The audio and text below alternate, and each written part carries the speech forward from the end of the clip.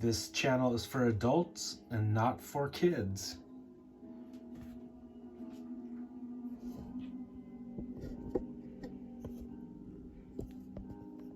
Hey guys, thanks for stopping back by.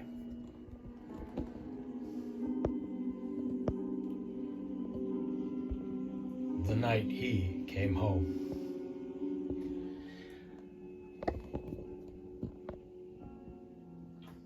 So tonight we're talking about the brand new Michael Myers from John Carpenter's eternal classic, the 1978 Halloween. This is good old Michael Myers from Trick or Treat Studios, their new line called Scream Grates.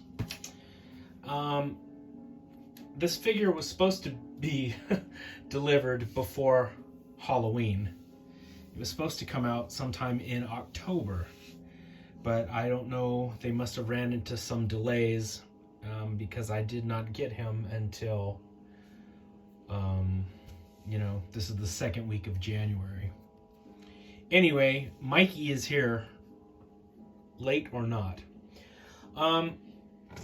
This is, like I said, a new line of toys, a new line of action figures called Scream Grates from Trick or Treat Studios. And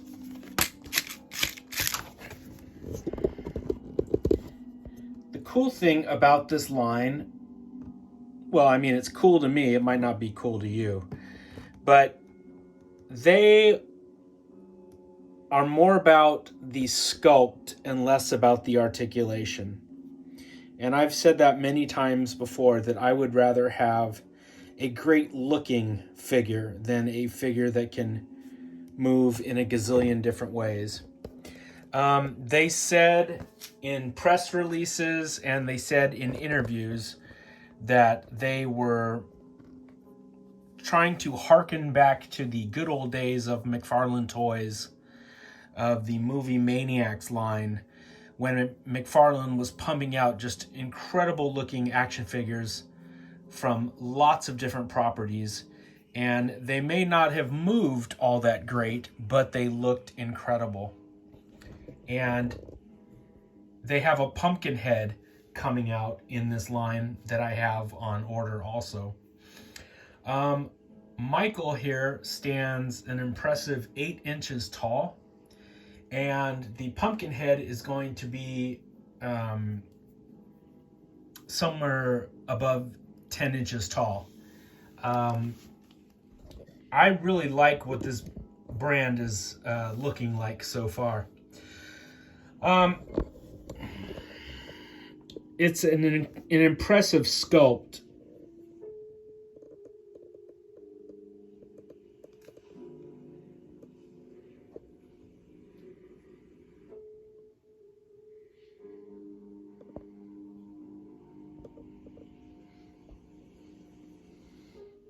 The blackest eyes, the devil's eyes.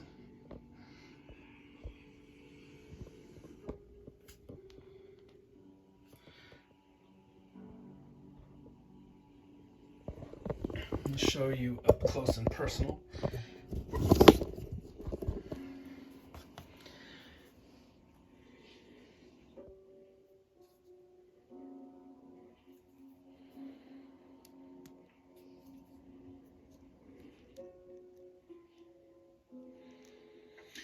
Yeah, it looks super cool. I do not believe there are any pupils in the eye sockets, so it just stays eternally midnight. The void staring at you.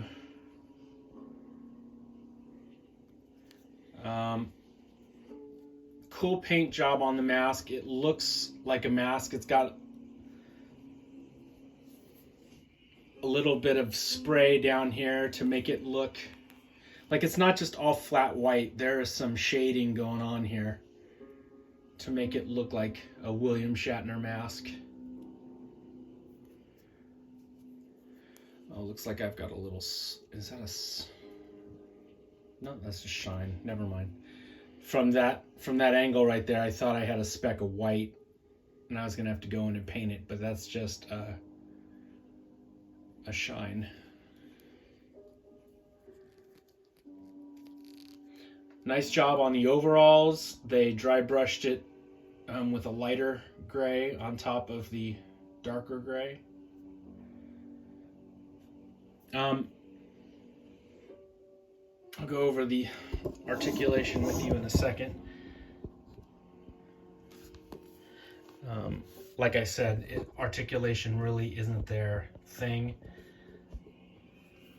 And yes, it is a beautiful throwback to those early Todd McFarlane days.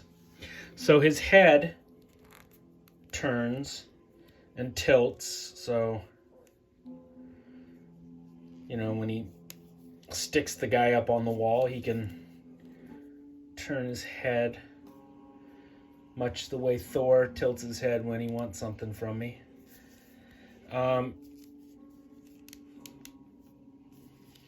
His arms move, and they can come out. And I believe that's it. And that's pretty much all I need. I know that irritates some people. They want a figure that looks amazing and can move like a yoga master. I'm not a snob. Like, I don't turn my nose up at articulation. If the figure has articulation, I will gladly take it, but it's not on my things a figure must have in order for me to like it sort of thing.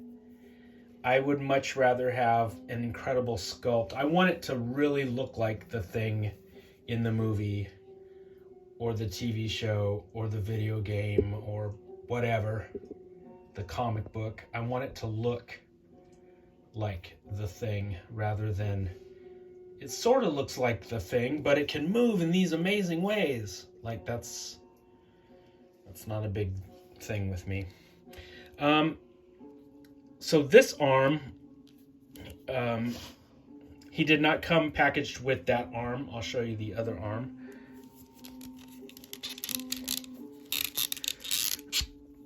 You can pop it out, and you can pop this one in. And then he's got that sort of deranged stance. I don't know. I kind of like that version too.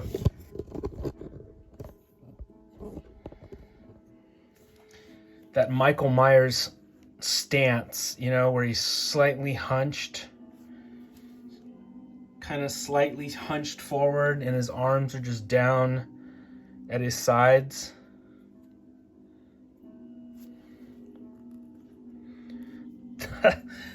That's a pretty menacing look. He does come with the jack-o'-lantern with the pumpkin.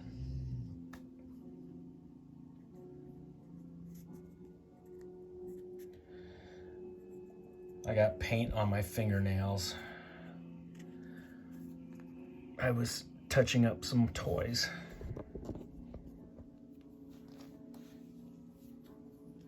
That is a very cool look, but I don't know. When I think of Michael Myers, I think of him with a knife. It's the same way as Darth Vader. When I think of Darth Vader, he has his lightsaber. You think of James Bond, he's got a gun. When I think of Michael, he's got a kitchen knife.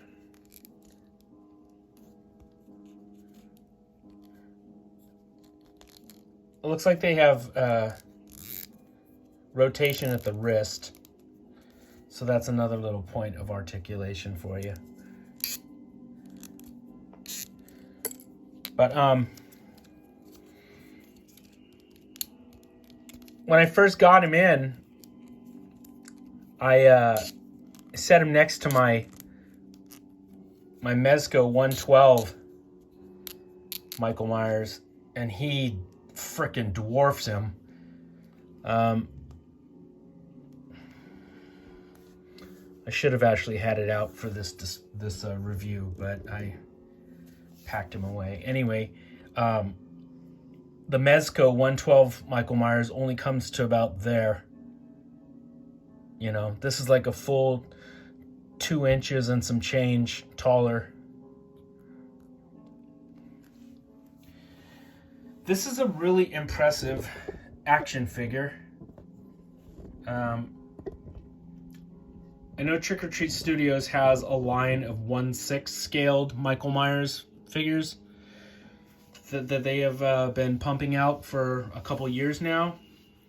And the 1978 Michael Myers is tempting, but I have really cut back on my 1/6 scaled action figures. I kind of got burned out. Hot Toys and Sideshow, I kind of got burned out of the whole thing. Number one, they're too goddamn expensive nowadays. Every Hot Toy seems like it's damn near $300 just to start with. And then plus there's the issue of size. 1/6 scaled figures are they take up a lot of real estate. And it seems like more collectors nowadays have transitioned over to the 1/12 scale. You know, the 6 to 7 inch range of figures. This is sort of in there. He stands at 8 inches, so he can go right alongside your NECAs or your McFarlane figures. He'll just be a little bit taller, you know.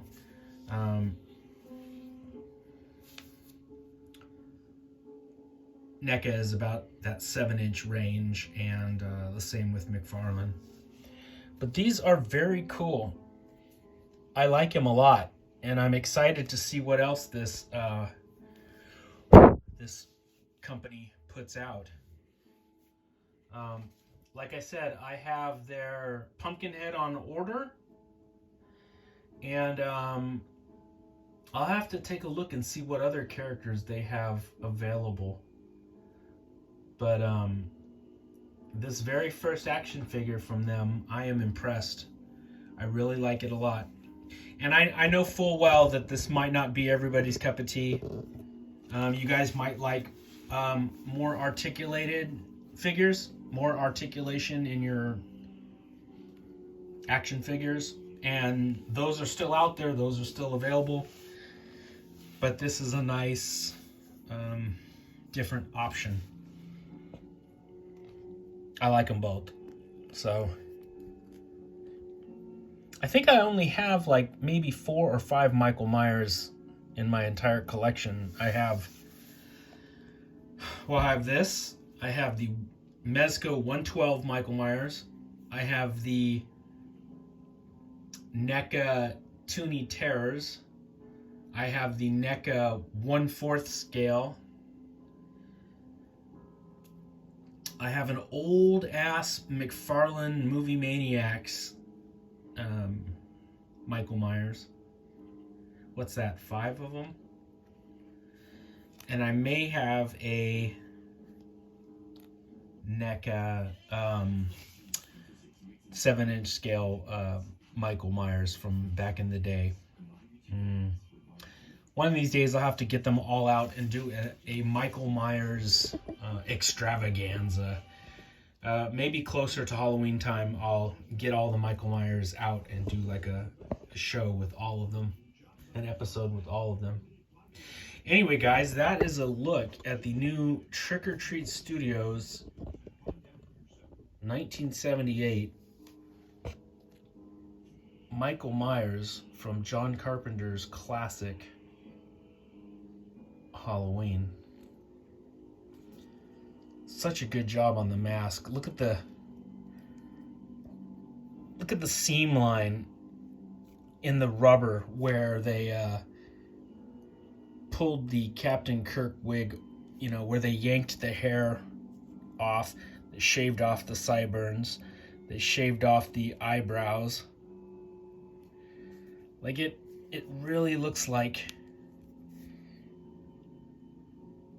like a rubber Dawn Post mask. It's such a good job. And I am in love with the way they did the eyes. I've seen too many Michael Myers figures with eyeballs set in there. And I mean, yes, he has eyeballs, but it's scarier. Most of the movie, when you see him, he looks like this. Just sort of a black, emotionless void, a pit of evil and despair behind that mask. And I always like him to be portrayed as such. That's the cool thing about Michael Myers. He is so evil and he's so insane that he has transcended being human, and now he is like an evil force of nature. Like the ending of the first Halloween when he gets shot, he falls out of the window and they go to look for his body and he's gone. He's nowhere to be seen. He's not just there, he's everywhere. He's now a part of the night. He's everywhere all at once, and you can't pin him down to a location. And you hear him breathing in the background.